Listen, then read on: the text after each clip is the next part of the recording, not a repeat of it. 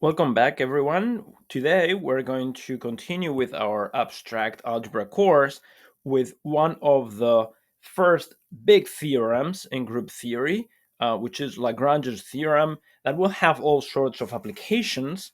So let me just start by telling you what the statement is of Lagrange's theorem. Here is Lagrange, and the theorem is the following. So here is what we call Lagrange's theorem.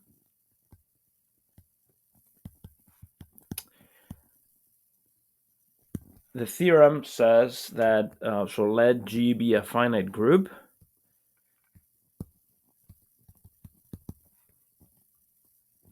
and let H be a subgroup of this finite group G. Then the size, the order of H is a divisor of the order of G. That is, let me just write that down explicitly, the order of H, the order of H is a divisor of the order of G. Okay, so we will see what the consequences of this theorem are. But there are lots of consequences, and they're very interesting consequences. So let me start by giving you examples of this fact. So, for example, let's start with z modulo x as an additive subgroup. We've seen some of these examples already. So, for example, 0, 3 forms a subgroup. This has order 6, and this has order 2. So the order does divide 6, 2 divides 6. There is another subgroup, which is the subgroup generated by 2, 0, 2, 4. This one has order 3, and 3 does divide z modulo 6. Let me give you some other example. In z modulo 7 cross, we have, for example, the numbers 1 and 6 multiplicatively form a subgroup. This has order 6. It is formed by the congruence classes 1 through 6, and this has order 2, and 2 divides 6. Here's another example, is that the subgroup generated by 2. So 1, 2, 4, and then 8 is 1 mod 7, so that is an entire subgroup multiplicatively, and this also has order 3, which divides 6. So that's another example of subgroups, such that the order of the subgroup divides the order of the group. And in D4, in the dihedral group D4, we have, remember that this has order 8. There's 8 symmetries of the square, and inside D4 we have, for example, remember that D4 we proved that it is generated by an element R, which is a rotation, and an element S, which is a reflection. And in D4 we have 1 R, R square, R cubed, for example, is a subgroup of order 4. And that is 4 is a divisor of 8. Inside D4, we also have the subgroup generated, for example, by the identity and S. That is another subgroup. This is of order 2, and 2 divides 8. Great. How about in S3? Another non-abelian example. So in S3, I have subgroups. For example, I have the subgroup S6, by the way, is another group of order 6. In this case, it's a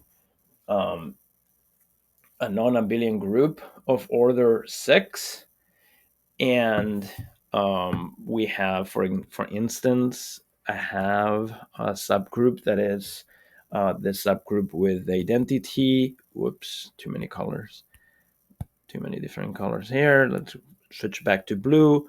The identity 1, 2, 3, the permutation 1, 2, 3, and 1, 3, 2. That's a subgroup of order 3. And 3 divides 6. And we also have, for example, the identity and the transposition 1, 2. This is a subgroup of order 2. More generally, by the way, this is in here S3. In S3, this is what we call A3, the alternating group. And more generally, in Sn, we have the alternating group An. We proved this. And the alternating group has how many elements? These has n factorial, and the alternating group always has n factorial divided by 2 elements, and n factorial divided by 2 is a divisor of n factorial. So we have all those properties. In all these cases, these are examples of subgroups such that the order of the group is divisible by the order of the subgroup. Okay, so how are we going to prove Lagrange's theorem? We're going to prove Lagrange's theorem using cosets. So watch the previous video. We introduced cosets, and remember, this is the definition. A coset, a left coset of a group. So you take a subgroup H, and then the left cosets are sort of translates of G of H by a given representative G. So it's all the multiples of elements of H times one fixed G. That's a left coset. And then we also have right cosets. Okay, so what are we going to do with cosets? We're going to do the following. Well, remember also we proved a theorem about cosets in the previous video. We proved that cosets partition your groups. So if you have a group, G, we saw this also in several examples, and you have a subgroup H, then there are a number of cosets of H that exactly partition G.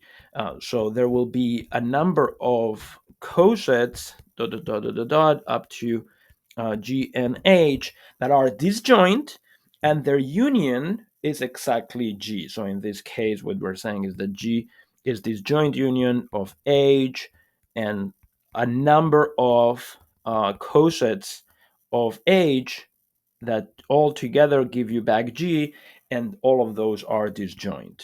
So GIH intersect GJH is actually just empty. So we're going to use this theorem to prove Lagrange's, but we need first one more result. Okay, before I prove Lagrange's theorem, I do need one more result. In fact, I need one more definition, which is the following. So note that the previous theorem tells me, as we've just seen, that if I have a group and I have a subgroup H, then there will be a number of cosets that will cover. So if, let's take, this is the coset, H is EH, so I'm going to call that G1. Then there will be a number of cosets, disjoint cosets, such that this will be G2, and then G3H, and disjoint union up to a number of cosets. So in principle, this could go on forever if G is infinite, but if G is finite, then there is a finite number of cosets that will cover all of G. So G will be G1H, disjoint union, up to G and H.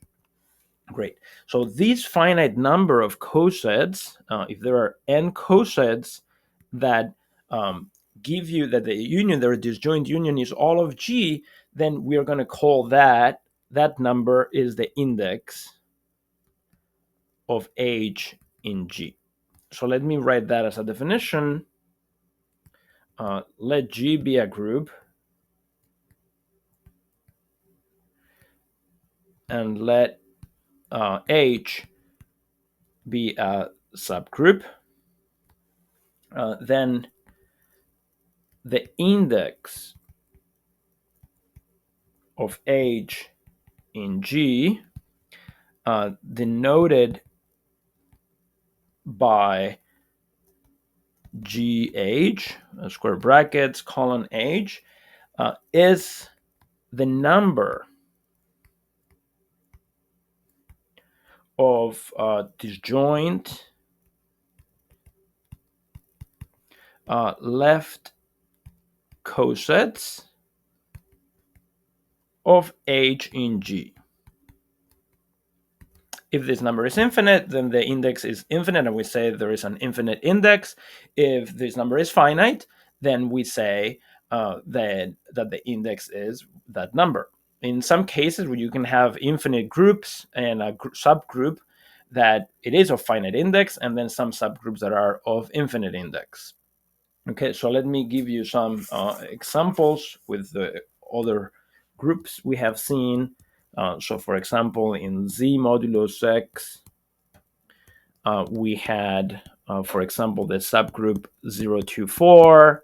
And if this is H and this is G, then here the index of H in G is exactly 2, because I can write G, which is Z modulus X, as my coset 0 plus H, union my coset 1 plus H, because this coset here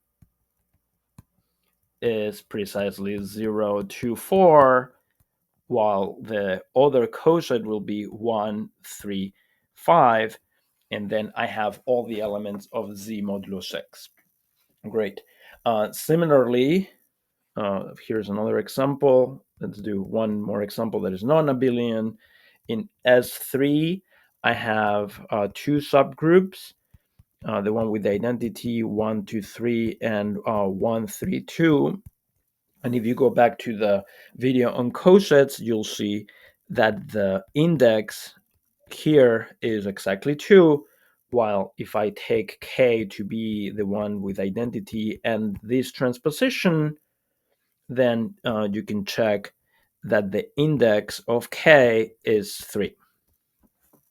Okay, so the first thing we need to prove is that actually we see it here, that this coset, let me use the laser instead, that this coset has the same number of elements as this coset. The cosets of H have the same elements, and I don't have it here, but the other coset that we use here for H, if you multiply, for example, H by 1, 2, then it's a different coset that also has 3 elements. And the cosets of K, all of them have 2 elements.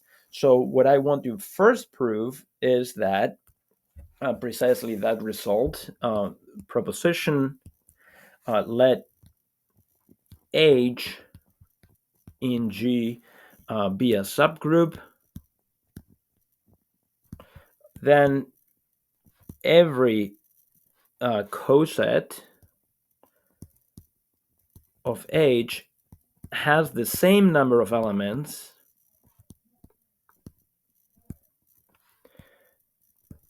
as H. So let me prove that. So let G be a group, H the subgroup, and let G be in G, and then we're going to look at the coset GH. What does it mean for two things to have? So let's consider the left coset GH.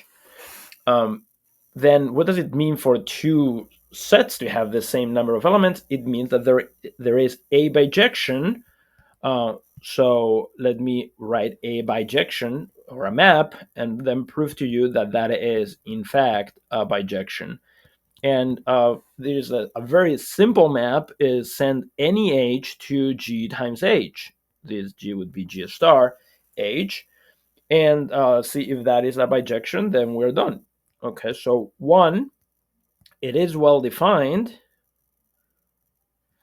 because if h is in h, then of course gh is in the coset. So it maps elements of h to elements of the coset. Great. How about injective?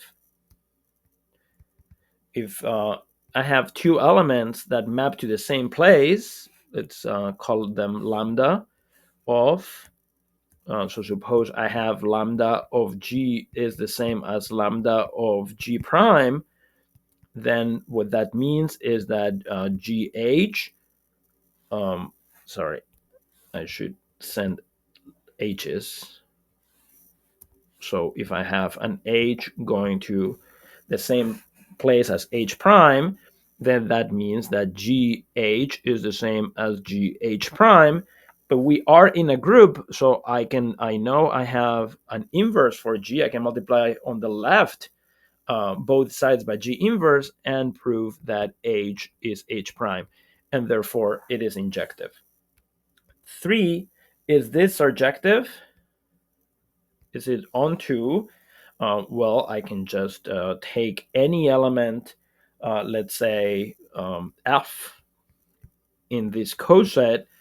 By virtue of being in that coset, there has to be some element in h such that f is gh. But then that means that lambda of that h is gh is f, and therefore lambda is surjective. But all of these then means that hence lambda is a bijection, and therefore the number of elements in H is the same as the number of elements in that coset. And since that was arbitrary, for any other coset, I have the same result for any G and G prime in G. So every coset has exactly the same size, the same as H.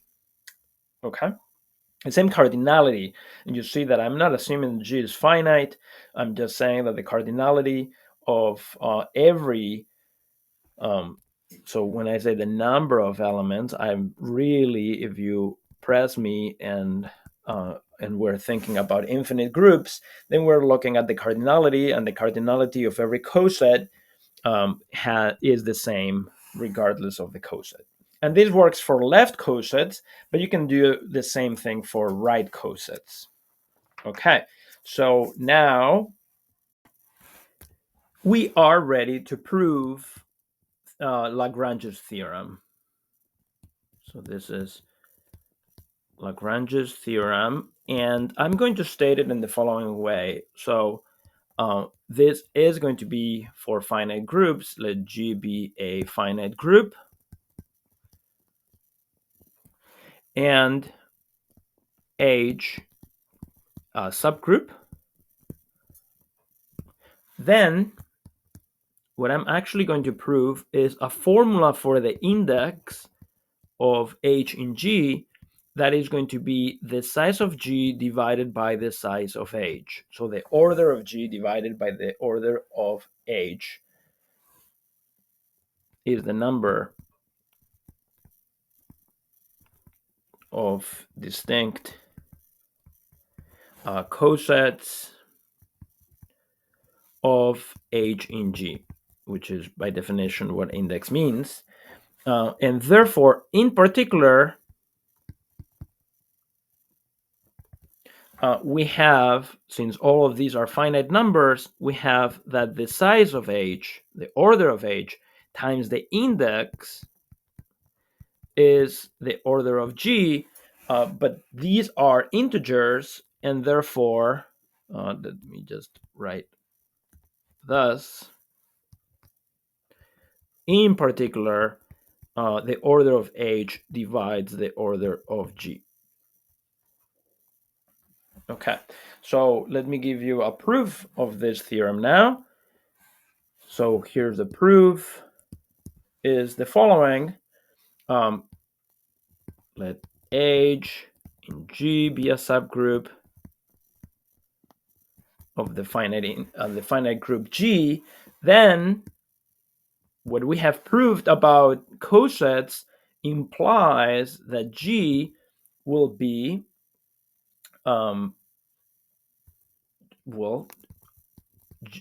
one coset disjoint union with a second coset disjoint union with cosets, but there is a finite number of cosets where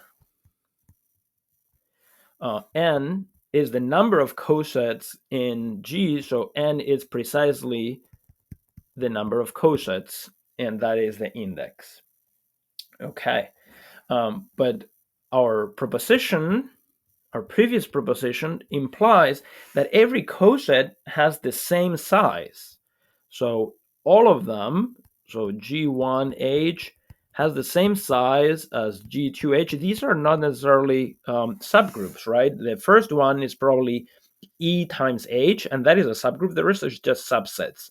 So the size of all of these subsets is the same. We are talking about finite groups now, so these are actually finite numbers, but all of them have the same size, and therefore the size of G, which is the size of this disjoint union of cosets, will be the sum of the sizes of each one of those cosets from 1 up to n. And since those are all the same, that is, which is actually everything is the size of H, that is the size of H times n, and n is itself the index. So this is H times the index of H in G, as we wanted. And in particular, since that is just an equation, this is an equation of integers, we can write that the index is the size of G, the order of G divided by the order of H, and that is what we wanted. Okay, so that is the proof of Lagrange's theorem. Let me prove a couple of corollaries right away. So one corollary is the following. Let G be a finite group,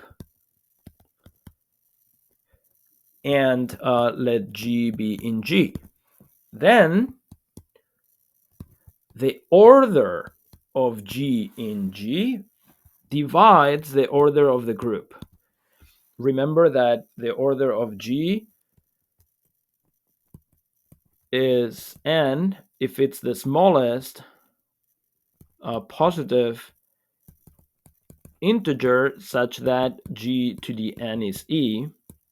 And why is this true, and why is this now corollary of Lagrange's theorem?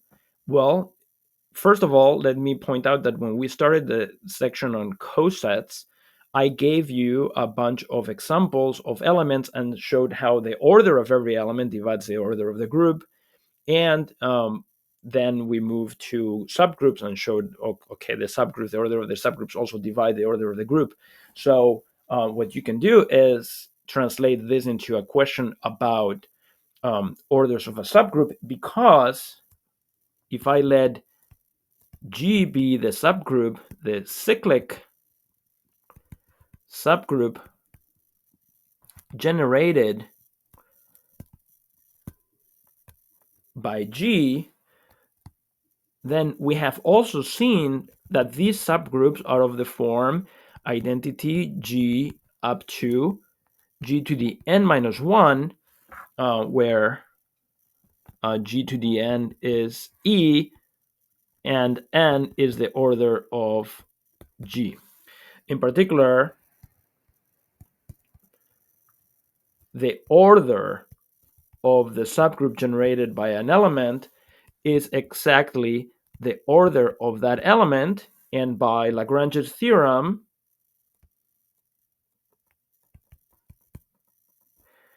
we have that the order of the subgroup has to divide the order of the group, but this is precisely the order of that element, and that is what I wanted to prove. So the order of every element has to divide the order of the group. This will have awesome consequences. And a second corollary I'm going to prove right here is let G be a group of prime order.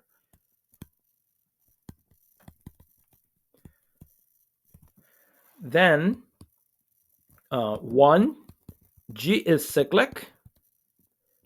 So every group of prime order is cyclic, and therefore abelian. Remember that we proved that every cyclic group is abelian, and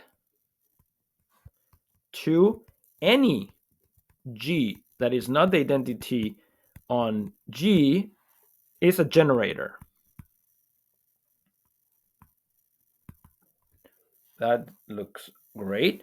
Why is this true?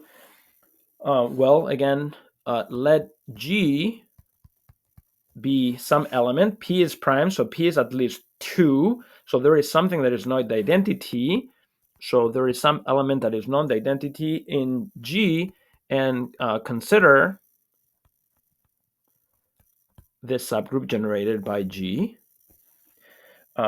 Then we know that the order of this cyclic group is the order of G, and that this has to divide the order of the group, which is P. So it's the order of the G is a divisor of P, so it has to be 1 or P. But if G has order 1, it would be the identity itself, because then it would say that G to the 1 is E, but G is not E, so the order of G is bigger than 1, and therefore the order of G has to be P, which is equal to the size of the group, and therefore G, which is 1, G up to G to the P minus 1, has P elements. It's contained in a group with P elements, and therefore it has to be the same. So G is equal to the subgroup generated by G, which implies that they are exactly the same subgroup. And that gives me everything I want, because G was arbitrary, not identity, and it is a generator, and it makes G be cyclic. And of course abelian, because it is cyclic. So again, any group of prime order is cyclic, and any element is a generator. So let me give you some example of this. So for example, one consequence is that take P to be a prime number, then I can look at Z modulo PZ under addition. Then it has to be cyclic because it has prime order. And we do know that, well, Z modulo P is cyclic because it's generated by 1. But in fact, everything that is non-zero has to be a generator. So any A with A non-zero, so non-zero modulo P, is also a generator of that group. Another example is the following. So take, for example, in S3, remember we had a group, subgroup, which was the identity 1, 2, 3, 1, 3, 2.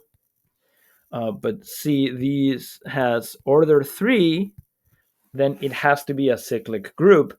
And in fact, we do know that this is cyclic because it's generated by 1, 2, 3. It's the powers of 1, 2, 3 and make it cyclic.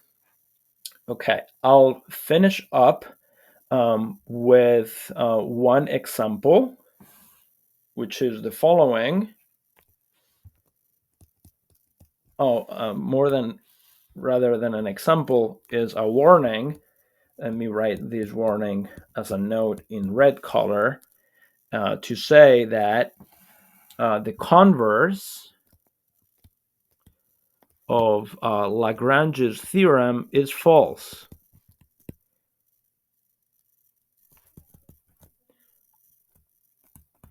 So what would be the converse? The converse would say if we have a divisor of G of the order, then there is a subgroup H in G of order exactly D. And that is false. For example, A4, the alternating group in S4.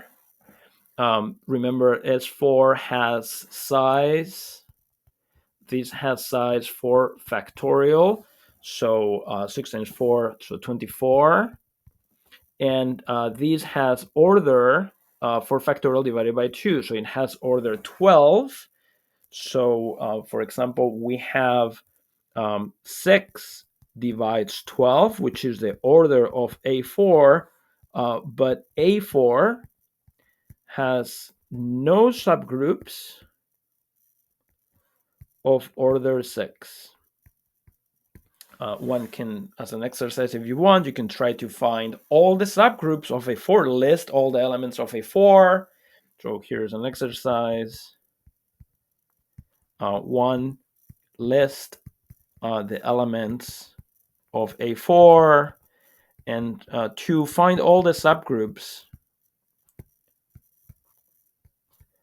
of A4, and then figure out that there is no subgroup of order 6. Show that there is, let me just write, show this, that there is no subgroup of order 6.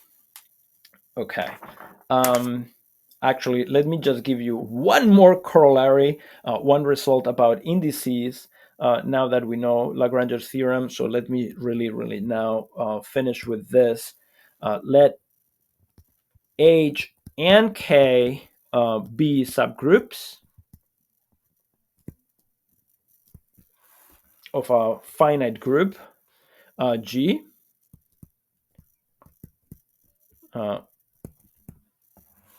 With K contained in H contained in G. Then now we can consider then what is the index of H in G, what's the index of K in G, and what's the relationship of all of those. And it turns out that the relationship is that the index of K in G is the product of the index of H in G times the index of H in K. So those indices are what we say multiplicative in towers. Okay, so how do we know this? Well, let's see.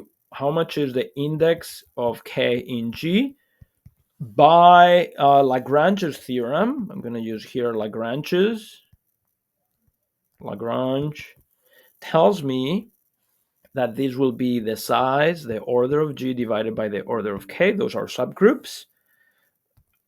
And I can now multiply and divide by the order of H. Okay, that's just multiplying by 1.